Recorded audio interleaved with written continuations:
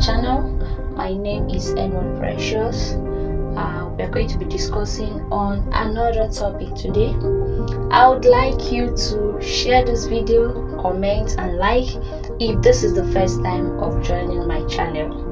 I trust you are going to be blessed by what we are going to be sharing today.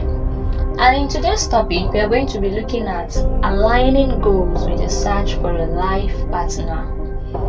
When you search for a life partner, your goals must have to align. Now, discovering purpose is knowing God. It has to do with having a personal relationship and intimate fellowship with Him. You must understand that God is your source. And just like a fish cannot survive for long outside water, it is impossible for man to survive outside God. So you will not be able to unravel the contents of your screw if you are not relating with God intimately, if you don't have fellowship with Him, if you have not made Him your source. He's actually the source of your life and the source of everything you have. You have to acknowledge that fact and make Him the number one priority in your life. In the balance of any relationship, God comes first. It's just like you having a triangle and you're having God as the base of the relationship.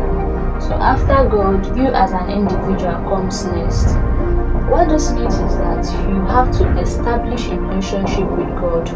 After you've established a relationship with Him, He gives you the power, the ability to understand yourself, to understand why you are here on earth, and to understand the mission where you are going to. So the next person that you need to understand after God is yourself. You need to understand yourself. You need to set definite goals. You need to have a direction for your life. Then after you must have understood yourself and you know where you're going to, you can think of a relationship coming after that. If you know who you are, it makes you immune to all forms of criticism. So it reduces the urge for you to start comparing yourself with another person or wanting to be like another person. It reduces the urge to compare yourself with.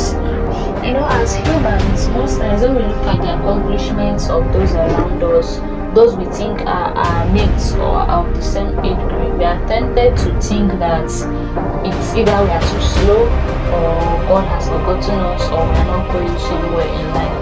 So there is this urge of comparison that usually sets in. Now I want you to understand that your achievements on earth is not being measured by age. It's not being measured by how long you've lived. It's not being measured by the time you've spent here on earth.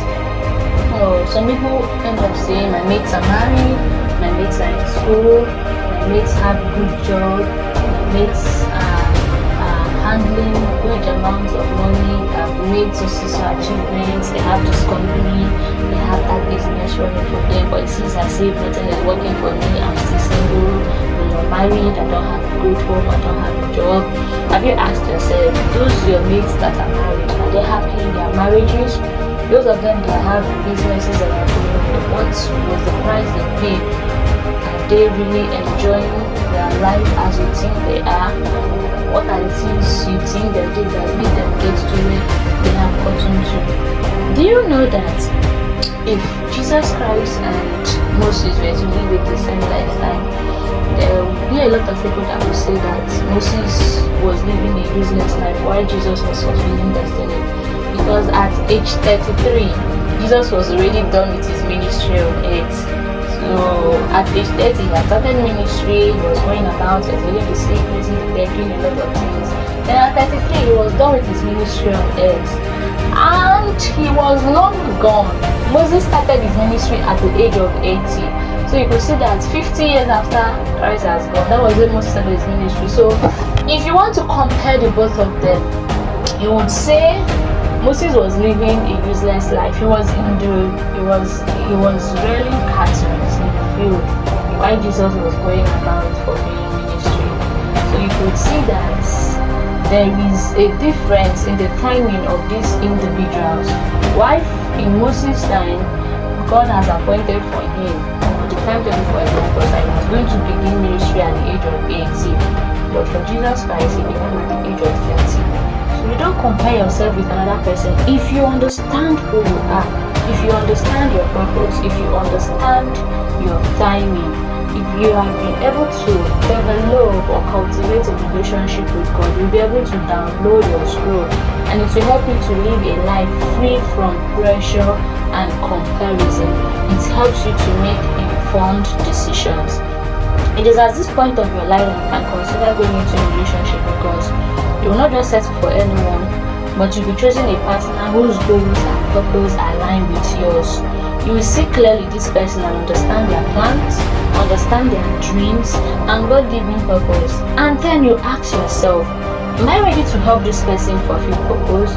Is this person going to help me fulfill purpose? Or is he going to take me out of God's way, out of God's plan and purpose of life? You know, sometimes when I see some Christians that get married to Muslim, I wonder, how are these people going to cope together? How do they eventually end up fulfilling purpose? Are they just married for marriage's sake? When they understand that marriage has to do with a divine calling and divine appointment of God upon your life.